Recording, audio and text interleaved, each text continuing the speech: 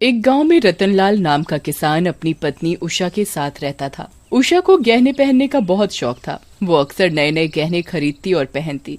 एक दिन रतनलाल अपने खेतों में काम करके घर लौट रहा होता है। उसे कहीं से पायल के खनकने की आवाज आती है। आवाज सुनकर रतनलाल डर जाता है और सोचता है, अरे ये आवाज कैसी है?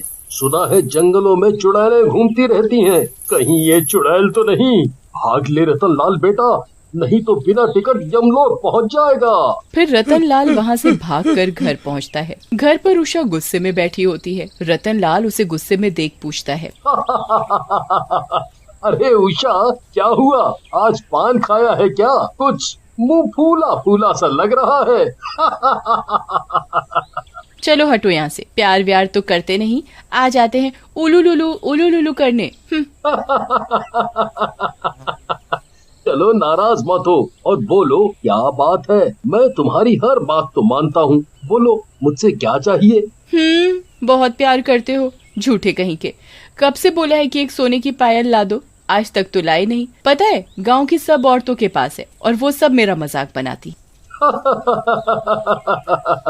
तो ये बात है, लो कल ही अपनी रानी के लिए मैं लेके आता हूँ सोने की पायल। फिर अगले दिन रतनलाल गांव के सुनार से सोने की पायल लेकर आ जाता है और उषा को पहनने के लिए दे देता है। उषा पायल पहनकर खुश हो जाती है। अगले दिन सुबह रतनलाल उषा को साथ खेतों में चलने के लिए बोलता है। अरे उषा, आज खेतों में काम कुछ ज्यादा ही है। एक काम करो, तुम भी साथ में ही चले चलो।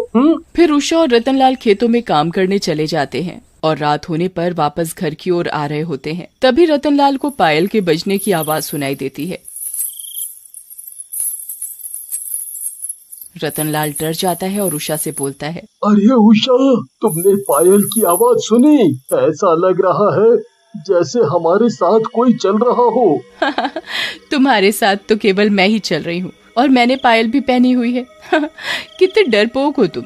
चलो अब घर की तरफ। अरे वो बात तो ठीक है, लेकिन तुम ये पायल मत पहनो। कहीं डकैतों और चोरों को इसकी आवाज सुनाई दे गई तो वो हमारी जान ले लेंगे और गहने भी लूट के ले जाएंगे। रतनलाल की बात सुनकर उषा घबरा जाती है और अपनी पायल उतार कर रख लेती है। लेकिन जैसे ही वो दोनों थोड़ा और आगे बढ़ते हैं, उन्हें फिर से पायल के बजने की आवाज आती है। वो दोनों रुक जाते हैं और पीछे देखते हैं। उनके पीछे बहुत ही खूबसूरत पायल पड़ी होती है। अरे वाह, कितनी सुंदर पायल है। ये तो तुम्हारी दी हुई पायल से भी अच्छी है। मजा आ गया। इससे पहले रतनलाल कुछ कहता, उषा जल्दी से जाकर वो पायल उठा लेती है। ये देख रतनलाल उषा से बोलता है, अरे उषा, ये क्या कर रही हो? यूं रोड पर पड़ी चीजें नहीं उठाते। चुप करो तुम, ज्यादा ज्ञान मत झाड़ो। इतनी अच्छी पायल पड़ी है, न जाने कैसी मनहूस बातें करते हो, मनहूस कहीं के। उषा को गुस्से में देख रतनलाल चुप हो जाता है। रात में उषा और रतनलाल खाना खाकर सो जाते हैं। रात में उषा की नींद खुल जाती है और उसे पायल के बजने की आवाज सुनाई देती है।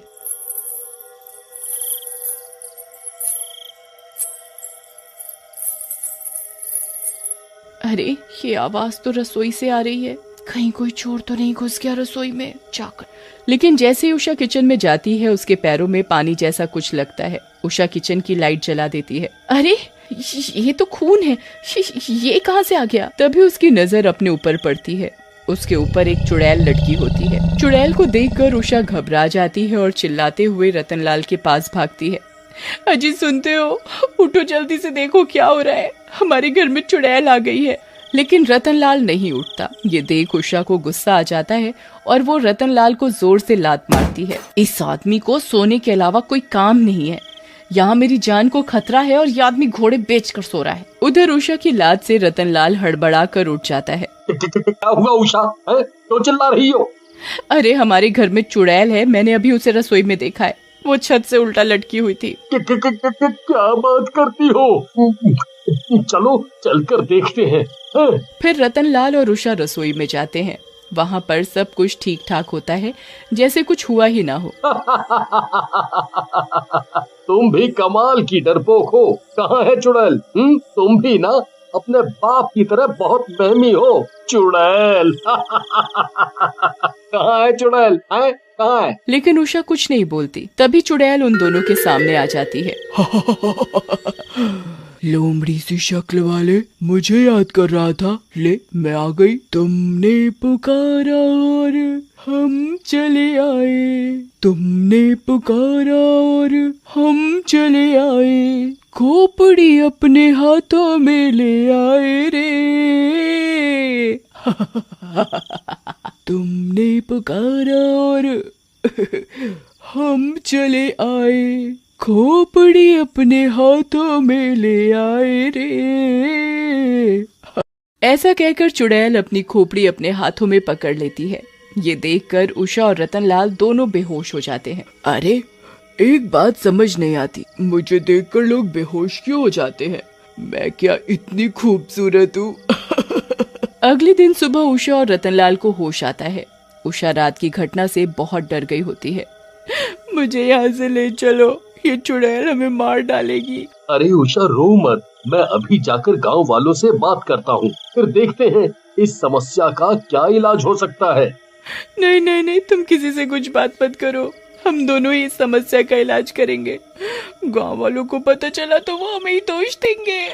अगली रात रतनलाल और उषा घर के दरवाजे को खोलकर घर के बाहर जाकर छुप जाते हैं। चुड़ैल रात में आती है और पायल पहनकर बाहर निकलती है। आज ये दोनों डरपोक घर में नहीं है। लगता है घर छोड़कर ही भाग गए। वैसे भी ये दोनों घर के अंदर मिल गए तो मैं इनका सूप बनाकर पीऊंगी। फिर चुड़ैल गांव में घूमने लगती है। चुड़ैल जैसे जैसे चलती है उसकी पायल में से सुरीली आवाज आने लगती है। तभी एक शराबी जो कि एक पेड़ के नीचे बैठा होता है वो आवाज सुनता है। क्या आवाज है भाई?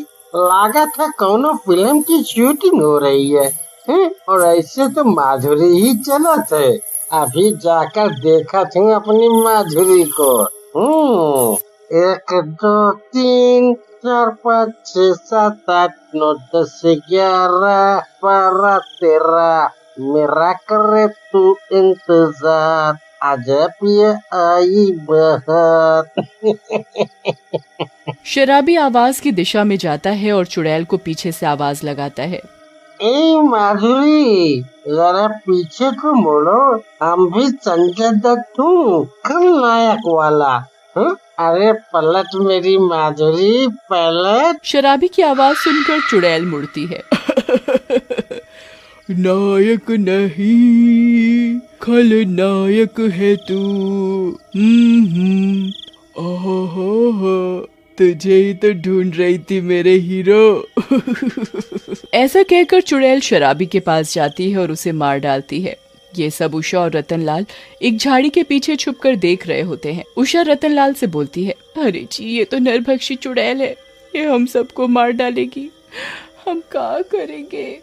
तुम डरो मत उषा, अब मैं ही इसका इलाज करूंगा। अगली सुबह रतनलाल गांव वालों को इकट्ठा करता है और उन्हें रात और अपने साथ घटी सारी बात बताता है, जिसे सुनकर टीटू नाम का गांव वाला बोलता है, रतन भाई, इतनी समस्या में हो और हमें अब बता रहे हो, बड़ी जल्दी पराया कर दिए। नहीं नहीं टीटू भाई, हमें लगा हम अकेले ही समस्या को सुलझा लेंगे। तभी दूसरा गांव वाला बोलता है, भैया हमको लागत है रतन भैया जो पायल उठाए थे उसी में कौनो लोचा है। सही कहा तो, बहुत देर से ये हमरे दिमाग में आ रहा था, लेकिन ससुर निकल नहीं रहा था।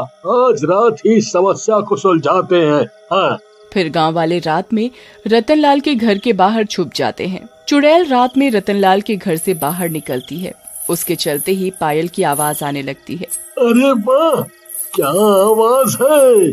मन तो कर रहा है इस चुड़ैल के साथ ही चला जाऊं। तभी उषा बोलती है, चले जाओ देवर जी, जाओगे तो अपने पैरों पर, लेकिन आओगे किसी मटके में। तुम भी न भाभी, मजाक बहुत बढ़िया करती हो। तभी रतन बोलता है, अरे भैया, दिन में तो खूब टसन मार रहे थे, गांव वालों के सामने, अब कुछ करो। ऐसा सुनकर टीटू उठता है और चुड़ैल के पास जाता है। चुड़ैल उसे देखकर रुक जाती है। खूबसूरत औरत, तेरे पैर और ये पायल दोनों कितने अच्छे हैं। कहीं ये आदमी अंधा तो नहीं? इससे मैं खूबसूरत लग रही हूँ।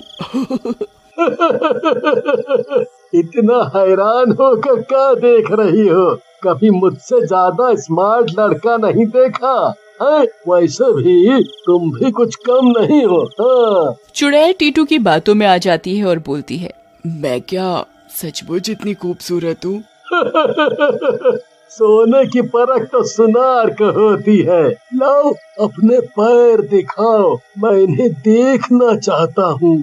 ऐसा कहकर टीटू चुड़ैल के सामने बैठ जाता है और चुड़ैल टीटू की बातों में आकर अपना पैर टीटू के आगे कर देती है। टीटू भी जल्दी से चुड़ैल के पैरों से पायल उतारता है और उस पर गंगा जल छिड़क देता है। पायल जलने लगती है। ये क्या कर रहा है?